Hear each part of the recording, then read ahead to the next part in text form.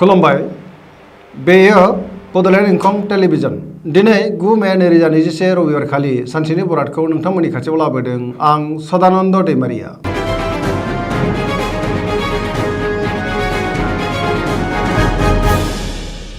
सिगां फरायनो लादों मेष राशि। दिनैनि साना बारा मोजां नङा। गोसोखौ जोबोर गिलुं गिलुं मोनगोन। समाजाव सुथुरा बांगोन। गोसोखौ गोबां गुलुं गुजुं मोनगोन। सोरजोंबा नांलाय खमलाय एबा एना एनिबो जानो हागौ।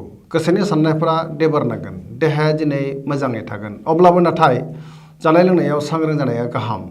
रांखावरियाव बारा मोजां नङा। नाङा फाङा खरसाया बांगोन। बेफार फालांगियाव खहा जानांनो हागौ। गुबुना खहा खालामनो नाजागोन। सोरबा लोगोजों एना एनि जागोन। बिमा बिफानि अननाय आरो बोरखौ मोननो हागोन। बिदा फंबायनि हेफाजाब मोनगोन। गोदान जेबो खामानियाव आखाइ होथ'यैआनो गाहाम। गोसोनि साननायफ्रा देबर नांगोन। लाइमोनफ्रा जोबोर आला खाला जागोन। सोलोनि आंखाल फैगोन।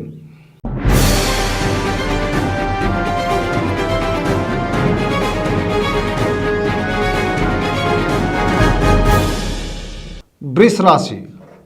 दिनैनि साना बारा मोजां नङा।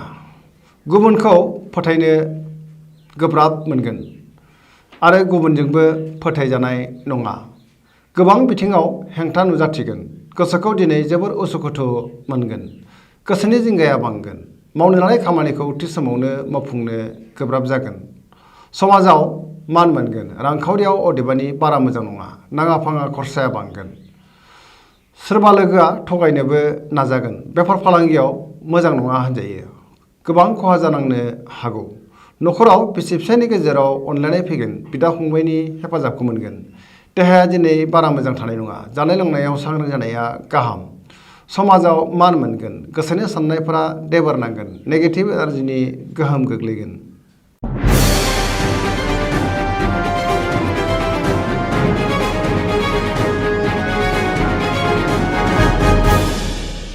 मिथुन राशि।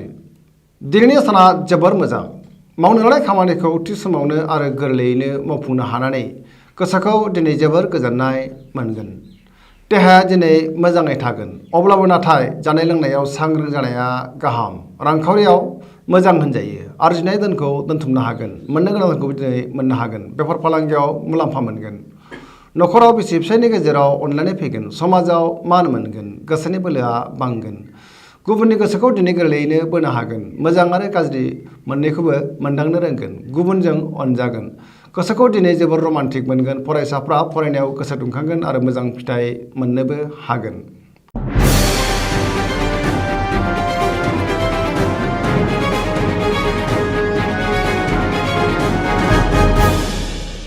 कर्कट राशि।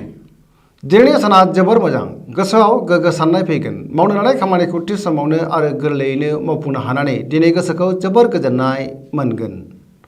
रांखावरियाव जोबोर मोजां। बेफार फालांगियावबो जोबोर मोजां होनजायो। देहाया दिनै मोजाङै थागोन। गुबुननि हेफाजाब मोनगोन। गुबुननि गोसोखौ दिनै गोरलैयैनो बोनो हागोन। न'खराव बिसि फिसायनि गेजेराव अनलायनाय फैगोन। देहाया दिनै मोजाङै थागोन। बिदा फंबायनि हेफाजाब मोनगोन। समाजाव मान मोनगोन। सुथुरा सिं सिं खहा खालामनो नाजागोन नाथाय खहा खालामनो हानाय नङा। पजिटिभ एनार्जिनि गोहोम गोग्लैगोन। लाइमोनफोरनि गोसोआ दिनै जोबोर रमान्टिक जागोन।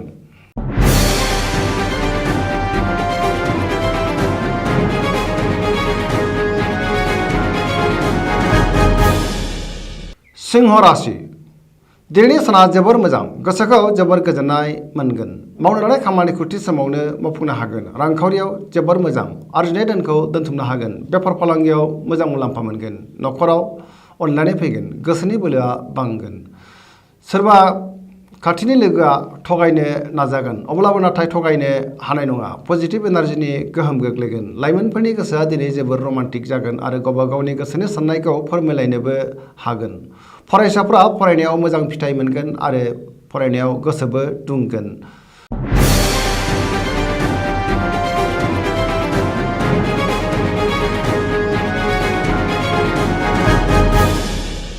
कन्या राशि।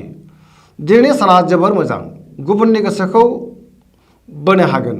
गुबुननि अननाय आरो हेफाजाबबो मोनगोन। हरखाबै सोरबा लोगोनिफ्राय मोजां खौरां फैगोन। गोसोखौ दिनै जोबोर गोजोननाय मोनगोन।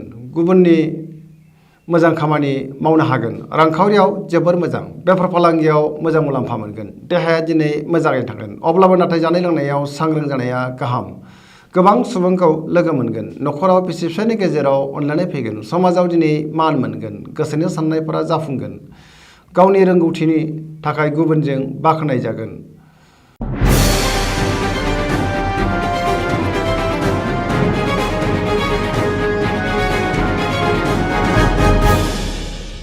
तुला राशि दिनैनि साना जोबोर मोजां। बहाबा दावबायहैनो खाबु मोनगोन। गोसोखौ दिनै जोबोर गोजोननाय मोनगोन। गोसोनि साननायफोरा जाफुंगोन। गोसोनि बोलोआ बांगोन। मावनो लानाय खामानिखौ थि समावनो मावफुंनो हागोन। गुबुननि गोसोखौ गोरलैयैनो बोनो हागोन। देहाया दिनै मोजाङै थागोन। अब्लाबो नाथाय जानाय लोंनायाव सांग्रां जानाया गाहाम। रांखावरियाव जोबोर मोजां। मोननो गोनांखौ दिनै मोननो हागोन। न'खराव बिसि फिसायनि गेजेराव अनलायनाय फैगोन। फरायसाफ्रा फरायनायाव गोसो दुंगोन। लोगोफोरनि हेफाजाब मोनगोन। आद्रा खामानिखौ दिनै मावफुंनो हानानै गोसोखौ जोबोर गोजोननाय मोनगोन। लाइमोनफोरा जोबोर रमान्टिक जागोन आरो गावबा गावनि गोसोनि साननायखौ फोरमायलायनोबो हागोन। फरायसाफ्रा फरायनायाव गोसो दुंखांगोन आरो मोजां फिथाइ मोनगोन। पजिटिभ एनार्जिनि गोहोम गोग्लैगोन।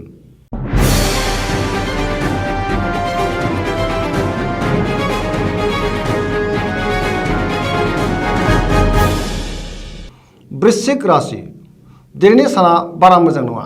गोसोखौ जोबोर बेले बेजे मोनगोन। मावनो लानाय खामानिखौ थि समावनो मावफुंनो हागोन। गोसोनि साननायफोरा जाफुंनाय नङा। हेंथा नुजागोन। अब्लाबो गोसोनि बोलोआ बांगोन। समाजाव मान मोनगोन। न'खराव अनलायनाय फैगोन।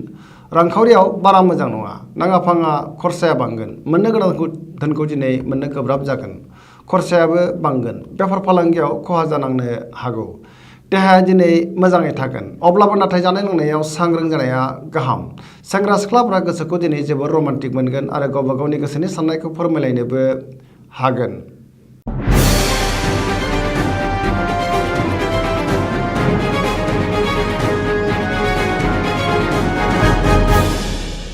धनु राशि दिनैनि साना जोबोर मोजां।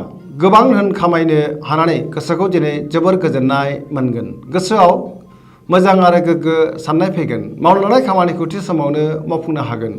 गोसोनि साननायफोरा जाफुंगोन। रांखावरियाव जोबोर मोजां होनजायो। बेफार फालांगियाव जोबोर मोजां मुलाम्फा मोननो हागोन। समाजाव मान मोनगोन। देहाया दिनै मोजाङै थागोन। न'खराव बिसि फिसायनि गेजेराव अनलायनाय फैगोन। जायखि खामानि मावा मानो दिनै मोजाङैनो मावफुंनो हागोन आरो जेरावखि थाङा मानो मोजाङैनो जाफुंजोबगोन।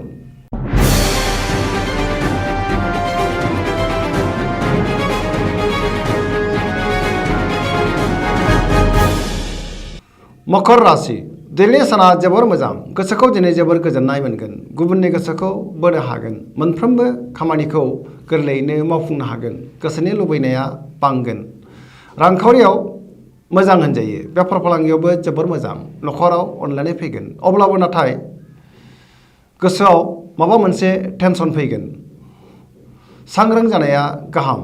लाइमोनफोरनि गोसोआ दिनै जोबोर रमान्टिक जागोन आरो गावबा गावनि गोसोनि साननायखौ फोरमायलायनोबो हागोन। फरायसाफ्रा फरायनायाव गोसो दुंखांगोन आरो मोजां फिथाइ मोननो हागोन। पजिटिभ एनार्जिनि गोहोम गोग्लैगोन।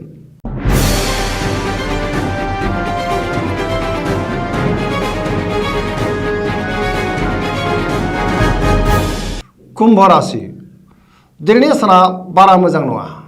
गोसोखौ जोबोर गुलाय गुजाय मोनगोन।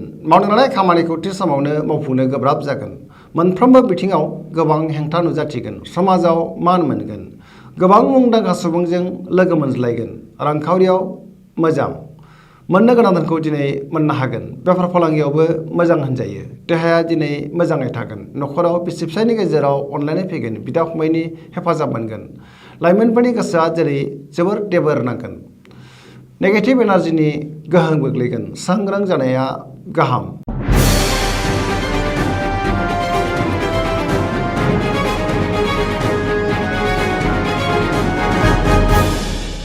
मीन राशि दिनैनि साना मोजां आरो गाज्रिनि गेजेरजों बाबेलनांगोन। गोसोखौ जोबोर गोनो गोथो मोनगोन। सोरबाया खहा खालामनो नाजागोन। सिं सिं सुथुरा बांगोन, गोसोनि बोलोआ लोरबां जागोन, देहाया दिनै मोजाङै थागोन। अब्लाबो नाथाय जानाय लोंनायाव सांग्रां जानाया गाहाम, रांखावरियाव मोजां, बेफार फालांगियावबो मोजां होनजायो। न'खराव अनलायनाय फैगोन।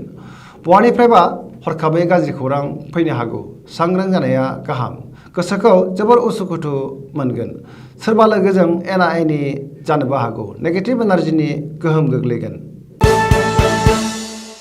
दिनैनि राशि फरायथिनाया एसेनोसै। जोबनायाव बेखौनो खावलायो जाहाथे नोंथांमोना सानफ्रामबो जोंनि बे बड'लेण्ड इंखं टेलिभिजनखौ नायबाय थायो आरो साबस्क्राइब खालामो। एसेनोसै, गोजोन्थों।